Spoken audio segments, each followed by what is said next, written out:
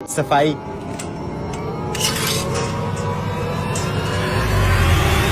जरा नजर रखना इस पर, आज बड़े अफसर आ रहे हैं इसलिए मैंने इस कैदी को बाहर की सफाई के लिए भेजा है। ओ भाई तू टेंशन ही ना ले, मेरी निगाह है इसके ऊपर। ठीक से सफाई कर। जी साहब, ऐसे चमका दूंगा इस फर्श को कि आपको अपना चेहरा नजर आएगा इसमें। ठीक है ठीक है।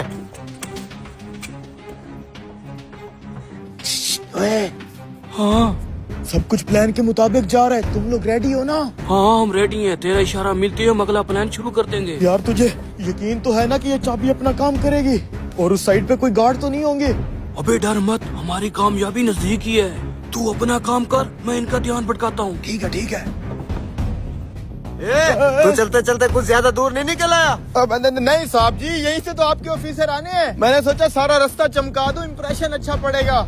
ये जेल वाले तो बहुत ज्यादा काम करवाते हैं। अब तो मेरी बूढ़ी हड्डियां भी जवाब देगी है।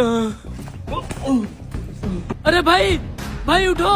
ए बुड्ढे, क्या हो गया तुझे? उठ। अरे जेलर साहब, इतना जुल्म करते हो आप लोग, काम कर करके बेहोश हो गया है। बेहोश हो गया? उठो भाई। कहीं तेरा भागने का इरादा तो नहीं है ना? अरे ना साहब जी, मेरी तो टांग का मसला है, मैं तो भाग ही नहीं सकता। बचपन से पोलियो है, बस सफाई कर सकता हूँ। अच्छे से सफाई कर, मैं तुझे ही देख रहा हूँ। अबे उठना बुड्ढे, क्या हो गया तुझे? अरे साहब ये कैसे उठेगा, ये तो बेहोश हुआ पड़ा है। सुनो भाई प्लान बिल्कुल सही जा रहा है। इन सालों ने अभी तक ड्रामा नहीं किया। चल बस। हवलदार, वह बुड्ढा कैदी काम करते करते बेहोश हो गया, एम्बुलेंस को बुला लो। नहीं नहीं, ऐसे ये लोग बहाने करते हैं ताकि इनको काम ना करना यार पड़े। मुझे तो मामला सीरियस लग रहा है। अरे यार तू जाके इसके मुंह पे पानी वानी मार, फिर भी ना उठा तो फिर एम्बुलेंस बुला लेंगे।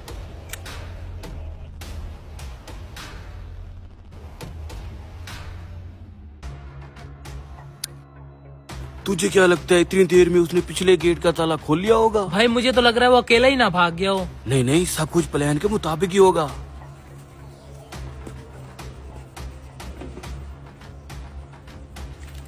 उठे।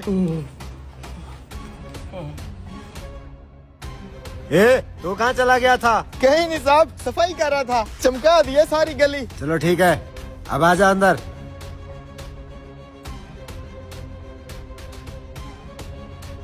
हाँ ओए, पिछले गेट का ताला खुला कि नहीं?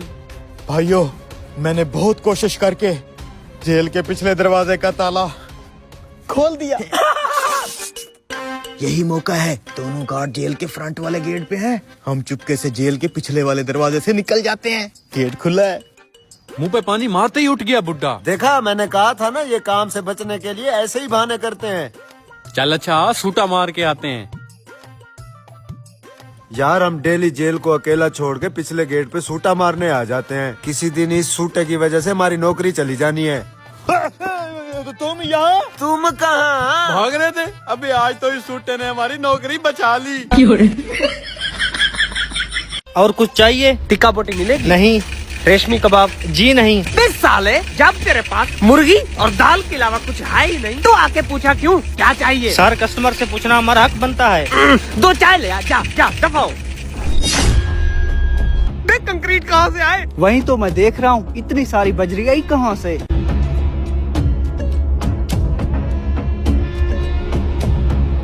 साला, ये सारी इस वेटर की हरकत है। अभी खबर लेता हूँ मैं इसकी। सुना, काम हो गया? मुझे आपकी समझ नहीं आई। एक तूने बासी सालन दे दिया, ऊपर से कंक्रीट डालने का क्यों बोला? जनाब, आपने जो सालन दिया उसमें सारे कंक्रीट है। मेरा पकवान ऐसी हरकत नहीं कर सकता। आपके पकवान ने सालन सही दिया था।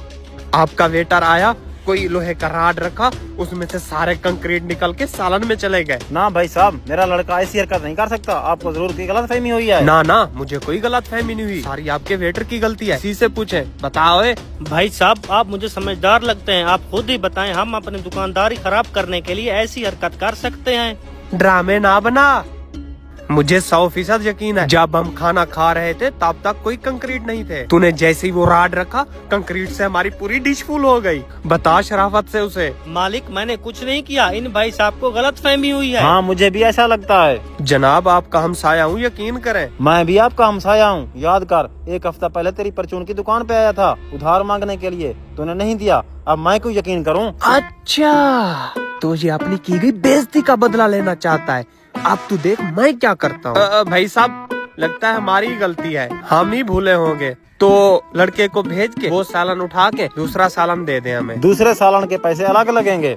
दे देंगे, हम अलहदा से पैसे देंगे। आ भाई उठा ले प्यारे भाई, जल्दी दूसरा ले आए। हरामखोर, ये कोई तरीका है तेरा? ओए खामोश, उसका कोई कसूर नहीं, हम दोनों की ही गलती है। तुझे क्या हुआ? ये क्या कह रहा है?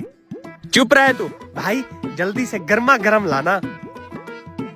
बता तो सही, हुआ क्या? इस होटल का मालिक एक हफ्ता पहले अपनी परचून की दुकान पे आया। इसने उधार मांगा, मैंने उधार नहीं दिया, इसलिए अपनी बेइज्जती का बदला लेने के लिए हमारे खाने में जानबूझ के कंक्रीट डाले। तो दूसरा सालन क्यों मंगवाया? चले जाते हैं ना इसके ना होटल ना, से। इसे सबक सिखाएंगे।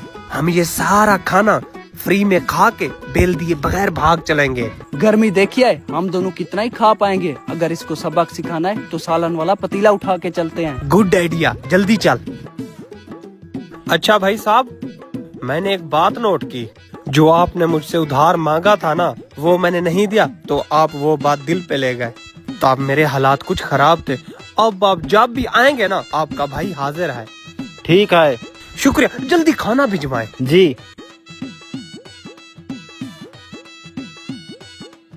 ओए ओए, क्या दिमाग लगाया। सालन के 2 हिस्से करके आधा भी खा लेंगे, आधा अगले दिन। आजा।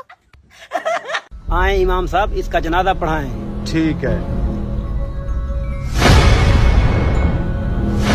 ये किस बदबख्त का जनाजा मेरे पास ले आए हो? बदबख्त? ये क्या कह रहे हो इमाम साहब? सही कह रहा हूँ मैं, ये की बदबख्ती है जिसको कब्र में जाने से पहले ही सांप और बिच्छू ने घेर लिया है। अस्तगफिरुल्लाह अस्तगफिरुल्लाह, ये तो बहुत ही गुनहगार बंदा है जिसको कब्र में जाने से पहले अज़ाब आ रहा है। लेकिन ये तो नेक बंदा था, जब जिंदा था सबके साथ अच्छा ही करता था। कहाँ का नेक बंदा है, इसे मरे हुए बस 2 घंटे हुए हैं और अभी से इसे कीड़ों मकोड़ों ने खाना शुरू कर दिया। हाँ सही कह रहा है ये, हम इस गुनाहगार का जनाजा नहीं पढ़ते। अगर हमने इसका जनाजा पढ़ा तो हम पर भी अज़ाब टूट पड़ेगा। चलो रे सब यहाँ से। अरे भाई साहब रुक जाओ। भाईजान सुनो, मेरा बेटा बहुत नेक बंदा था, ये 5 वक्त का नमाजी था और रोजाना कुरान पाक की तिलावत करता था। इतना नेक बंदा था, फिर इस पर अभी से अजाब क्यों आ रहा है? मुझे इसके बारे में सब कुछ बताओ। अब इसकी कौन कौन सी खूबियाँ बताऊं इमाम साहब। मैं बहुत ही गरीब और मजदूर बंदा था, इसने हमें गुर्बत से निकालकर हमारे हालात बदल दिए और ये गरीबों की बहुत ज्यादा मदद करता था और इसका सबके साथ अच्छा रवैया था। हाँ हाँ अब्बा जान सही कह रहे हैं, मेरा भाई कोई जालिम नहीं था जो उस पर ऐसा अजाब आ रहा है। तुम लोगों की बातों से तो ऐसा लग रहा है जैसे ये नेक बंदा हो, फिर इसके साथ ऐसा क्यों हो रहा है? मेरी तो कुछ समझ में नहीं आ रहा। अच्छा मुझे ये बताओ, जब ये जिंदा था इसकी माँ इससे खुश थी? जी जी इमाम साहब, इसकी माँ भी इससे खुश थी। ये तो अपनी माँ का बड़ा लाडला था। जब से उसने इसके मरने की खबर सुनी है, उसका तो रो रो कर बुरा हाल है। कोई भी इंसान 100% ठीक नहीं हो सकता। मुझे इसकी छोटी छोटी बुरी आदतों के बारे में बताओ। बुरी आदतें?